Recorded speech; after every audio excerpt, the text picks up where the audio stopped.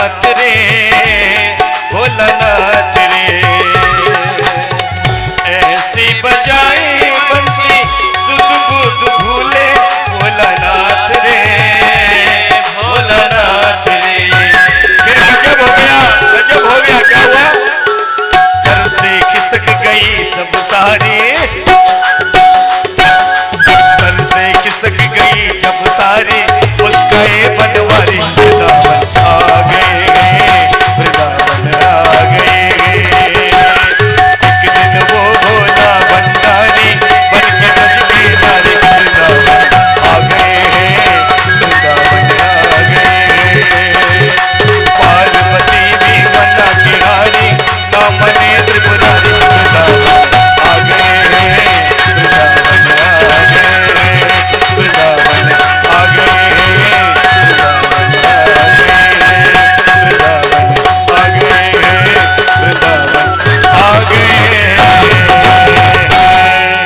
बोले शंकर भगवान की, बोले रास बिहारी भगवान की जय।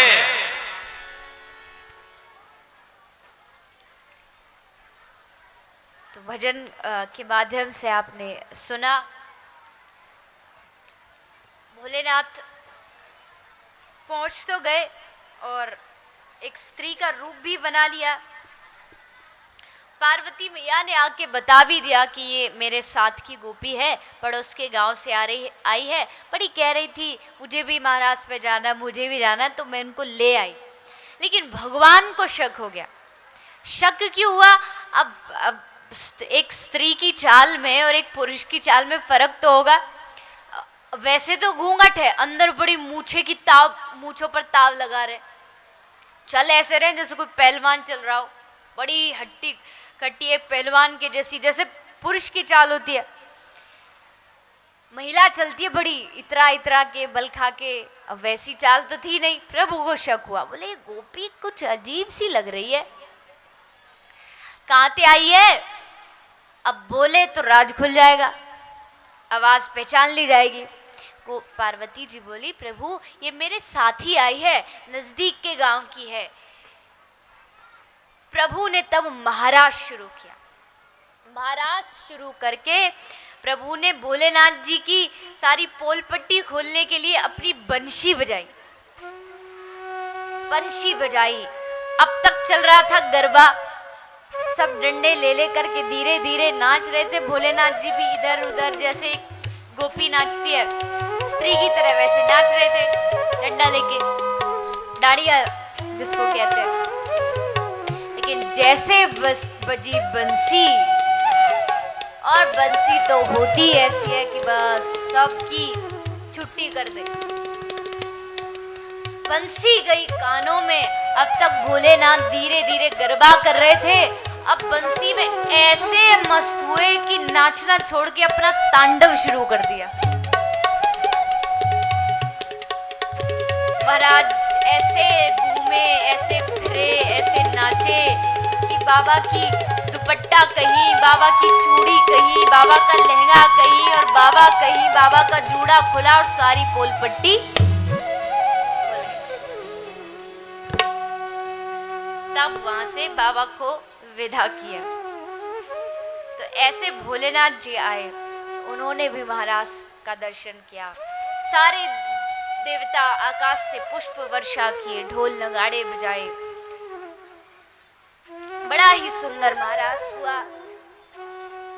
इस महाराज का कोई अंत नहीं है। वो तो आज भी वृंदावन में आज भी रोज महाराज होता है, पंचीवट पर, सेवा कुंज में, निधि वन में। वृंदावन की तो गली गली में कन्हैया आज भी रास करता है।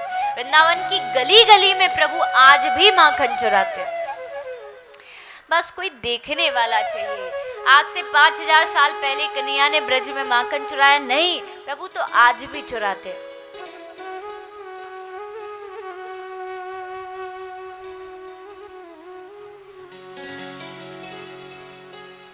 तो महाराज का श्री सुखदेव जी ने परीक्षित को वर्णन कराया। उसके पश्चात सुखदेव जी कहते हैं परीक्षित सारी गोपियां बड़ी थक गई थी, तो प्रभु ने किसी के चरण दबाए, किसी को जल पिलाया, किसी का पंखा झला, सारी गोपियों की सेवा की और उसके बाद सारी गोपियां अपने अपने घर को वापस आ गई। प्रभु ने ये अद्भुत आनंद गोपियों को दिया। ऐसा महाराज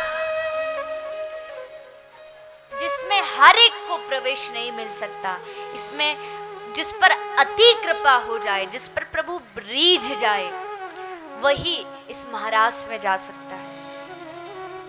महाराज कोई 2-4 बार हिल करके नाचने का नाम नहीं है। महाराज तो बड़ी ऊंची स्थिति है भक्ति की।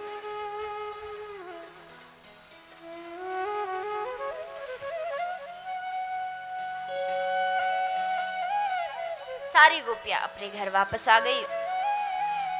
अब भगवान की लीला को आगे बढ़ाने की प्रभु की इच्छा हुई।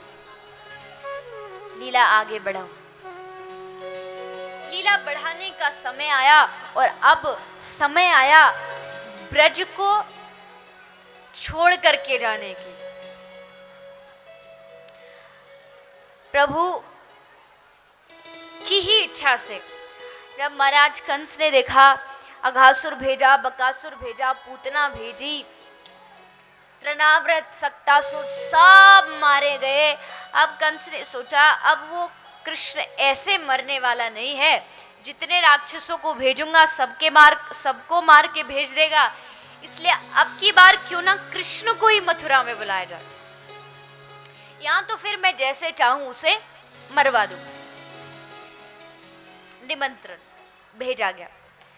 कौन निमंत्रण लेके जाए? अक्रूर जी को भेजा, जो भगवान श्री कृष्ण के चाचा लगते थे। अक्रूर जी चल पड़े ब्रज की ओर।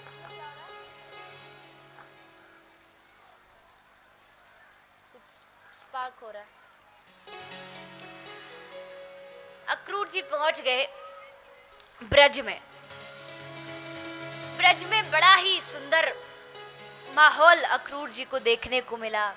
जहां अक्रूर जी जहां जाते, जिस घर के बाहर से निकलते, 2 गोपियां बैठी बैठी कृष्ण के बारे में बातें करती रहती।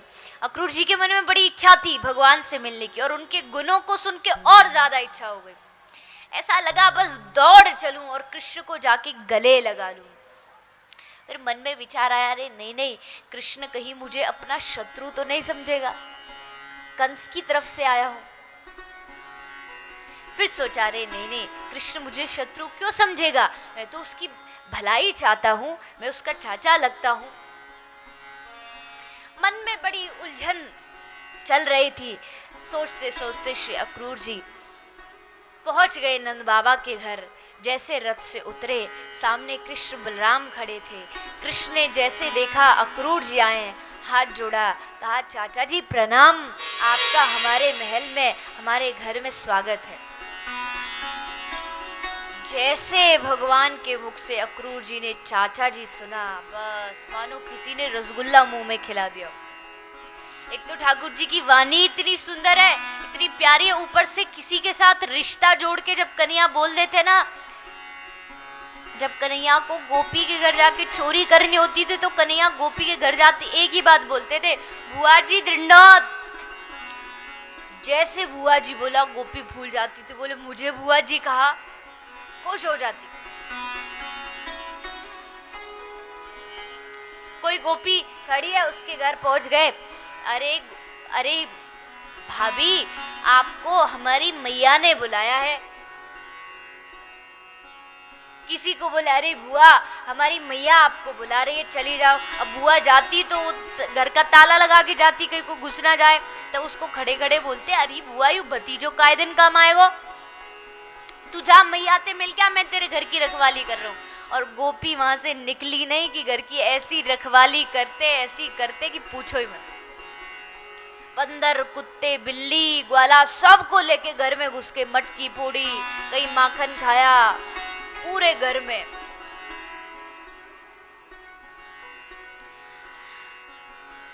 अक्रूर जी को कहा, चाचा जी प्रणाम, आइए आपका स्वागत है। चाचा जी अंदर गए, नंद बाबा ने स्वागत किया, आइए महाराज, बड़े भाग्य हमारे आप आए, पधारिए। बड़े थक गए होंगे, आप स्नान आदि कीजिए, इतने यशोदा आपके लिए भोजन का व्यवस्था करती है। अक्रूर जी गए, स्नान आदि करके आए, भोजन की व्यवस्था की गई, अक्रूर जी को भोजन परोसा गया। भोजन करते समय अक्रूर जी और नंद बाबा की वार्तालाप हुई। कहिए महाराज कैसे पधारना।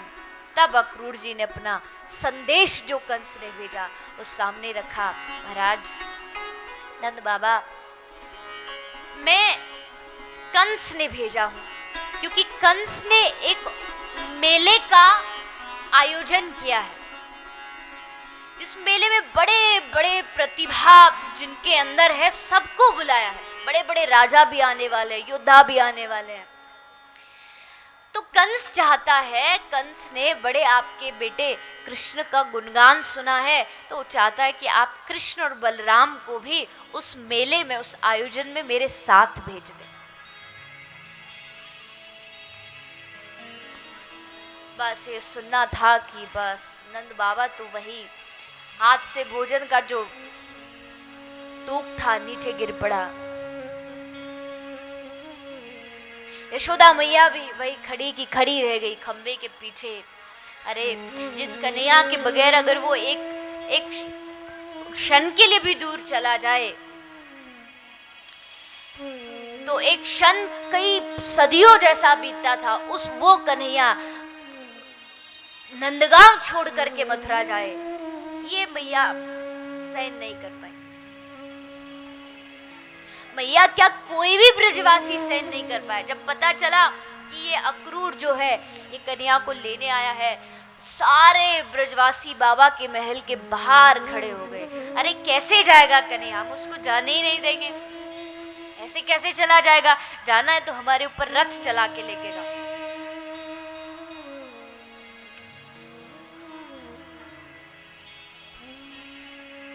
पूरी रात ब्रज में एक बड़ा शोक छाया रहा। सब सूरज देवता को प्रार्थना कर रहे थे, हे सूर्य देवता आप सुबह उदय मत होना, आप उदय हो गए तो हमारा सूर्य जो है वो अस्त हो जाएगा, हमारा कन्हैया हमें छोड़ के चला जाएगा। सब इसी इंतजार में बैठे थे, काश प्रभु ये सुबह न हो, कन्हैया हमें छोड़ के न जाए। पूरी रात बीती, सुबह हुई, कोई ब्रजवासी नहीं सोया, कन्हैया भी नहीं सोया। मैया को पूरी रात समझाते रहे, अरे मैया तुम काहे को चिंता करती हो, मैं जल्द वापस आ जाऊंगा, परसों वापस आ जाऊंगा। सुबह हो गई, सूर्य उदय हुआ, रथ को सजाया गया, तैयार किया गया। रथ पर अक्रूर जी विराजमान हुए, बलराम जी बैठे, भगवान श्री कृष्ण विराजमान हुए और मथुरा की ओर चल पड़े। रास्ते में गोपियों ने प्रभु को रोका, चरणों में लेट गई, प्रभु हमें ब्रज में छोड़ करके ना जाएं। लेकिन प्रभु ने कहा, हे गोपियों मेरी आगे की जो लीलाएं हैं वो उस लीलाओं में तुम सबको सहयोग करना चाहिए, उसमें बाधा नहीं करनी चाहिए। और वैसे भी तुम चिंता क्यों करती हो, मैं जल्दी वापस आ जाऊं। कह करके प्रभु सारे ब्रजवासियों से विदा लेते हैं और मथुरा की ओर चल पड़े। जा रहे थे कि रास्ते में अक्रूर जी को बड़ा दुख लगा, न जाने कंस अब क्या करेगा, और ये बालक, ये छोटे छोटे बालक ही अपने आप को कैसे कंस के जाल से बचाएंगे। मैं कितना बड़ा पाप कर रहा हूं, इनको लेकर के जा रहा हूं। लेकिन तब प्रभु ने अक्रूर जी की जो दुविधा थी उसको नष्ट करने के लिए प्रभु ने एक लीला की। अक्रूर जी यमुना जी में स्नान के लिए जब अंदर घुसे, जैसे अक्रूर जी यमुना जी में गए, डुबकी लगाई, अंदर जल के अंदर दिखाई दिया भगवान श्री कृष्ण शेषनाग पर लेटे हैं। चारों तरफ देवी देवता उनकी स्तुति कर रहे हैं, कोई पूजा कर रहा है, कोई सेवा कर रहा है। बाहर निकले तो देखा प्रभु रथ पर बैठे हैं, फिर डुबकी लगाई, अंदर देखा तो प्रभु का दिव्य दरबार सजा है। तब अक्रूर जी को वास्तविकता का पता चला कि अरे जिसको तू बालक समझ रहा है ये कोई साधारण बालक नहीं है, इसका कंस क्या बिगाड़ेगा, ये सबकी रक्षा करने वाला, इसकी रक्षा कौन करेगा। अक्रूर जी को अब बड़ी दिल को धैर्य बांधा, पहुंच गए मथुरा की ओर। जैसे मथुरा में पहुंचे, भगवान श्री कृष्ण पीछे से ब्रज के जो कुछ ग्वाला और नंद बाबा भी अपनी बैलगाड़ियों में बैठ के मथुरा पहुंच गए थे। प्रभु का स्वागत हुआ मथुरा में बड़े धूमधाम से। प्रभु जब निकले मथुरा भ्रमण के लिए, रास्ते में सभी मथुरा की स्त्रियों ने प्रभु का स्वागत किया, सभी लोगों ने स्वागत किया, परंतु अकेले तो प्रभु थे नहीं, ग्वाला भी साथ में थे।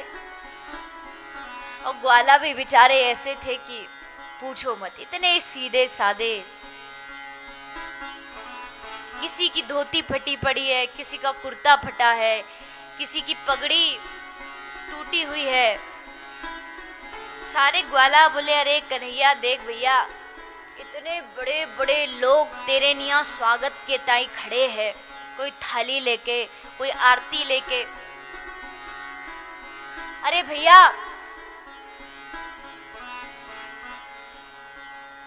पर हम सब ग्वाला, अरे भैया कोई का कहेगो, देखो तो सही कितनो बड़ो कृष्ण कन्हैया जाने इतने बड़े बड़े राक्षसन को मारो, नंद बाबा को छोड़ा, और यहाँ के ग्वालन को देखियो फटी धोती फटे कुर्ता। अरे भैया तेरी इज्जत को सवाल है भैया, कहीं ते बढ़िया कुछ कपड़ा दिला जो हम भी कन्हैया के यार से लगे। कन्हैया बोले तू चिंता काय को कर रहे हो, पहले कहते अभी कपड़ा दिलाऊं। आगे बढ़े तो एक धोबी कपड़े धो रहा था। धोबी किसका था? धोबी था कंस का। अब जैसा महाराज कंस वैसे उसके दास। जैसे कन्हैया ने जाके कहा कि भैया ये तेरे कपड़े रखे, इनमें से दो चार हमारे ग्वाल बालों को दे दे। धोबी बोला अरे तुम जैसे अनपढ़ गवार ग्वाला, कहा हमारे महाराजा कंस। अरे तुम जैसे ग्वाला उनके कपड़ों को पहनोगे ना तो वस्त्रों की भी बेइज्जती हो जाएगी। चलो यहाँ से। आए कपड़े पहनने के लिए। कभी सपने में भी देखे ऐसे कपड़े?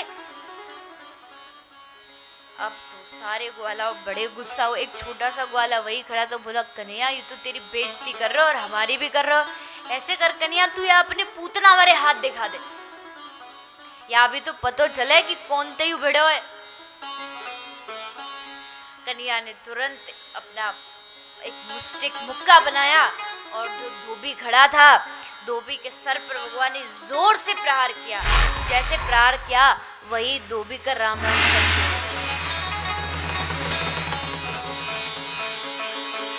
ऐसा कहते हैं कि ये धोबी जो था ये वही धोबी था जिसने राम अवतार में भगवान राम की अफवाह फैलाई थी भगवान माँ सीता जी के प्रति। अब उस अवतार में तो मर्यादा थी, मार नहीं सकते थे। और वैसे भी भगवान ने कहा था प्रभु आप राम अवतार पहले ले लो ताकि सीधों को आप तार दो, टेढ़ों को मैं कृष्ण अवतार में देख लूंगा। इसलिए जितने भी टेढ़े थे सबको भगवान ने कृष्ण अवतार में तारा।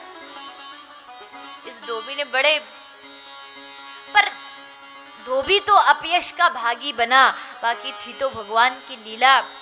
कभी कभार भक्तों को भी भगवान की लीला को पूरी करने के लिए अपयश का भागी बनना पड़ता है।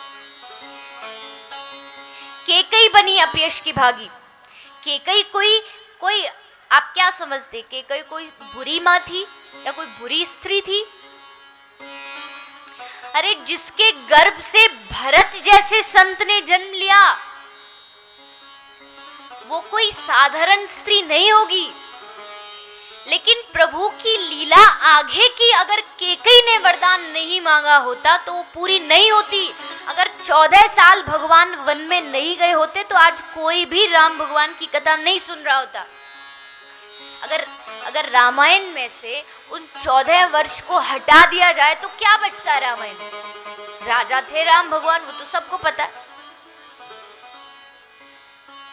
असली तो उन 14 वर्ष में भगवान ने अपने भक्तों पर कृपा की, शत्रुओं पर कृपा की, और केकई उस अपयश की भागी बनी।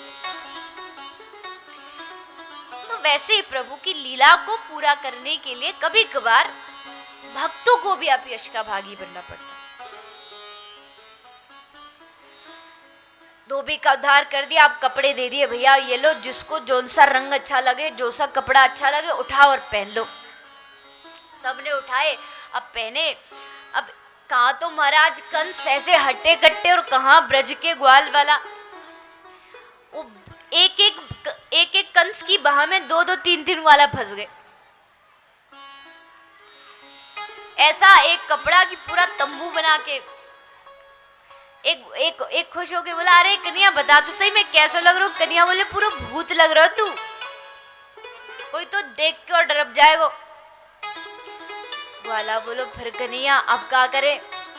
भैया देख, फटी धोती तो चल भी गई, ऐसे कपड़ा पहन के जाएंगे तो कुछ डंडा मार के और घर से भगा देगो, अब क्या करे? तब कन्हैया ने आगे बढ़ के, एक दर्जी था जो भगवान का भक्त था, वो दर्जी पर कपड़े सिलवाए, आगे बढ़े, सुदामा माली के वहां गए। माली ने सबको एक एक बड़ी सुंदर सुंदर माला पहनाई। अब माला भी पहन ली, अब वस्त्र भी पहन लिए। आगे मिली कुब्जा, कंस के लिए जो चंदन लेके जाती थी।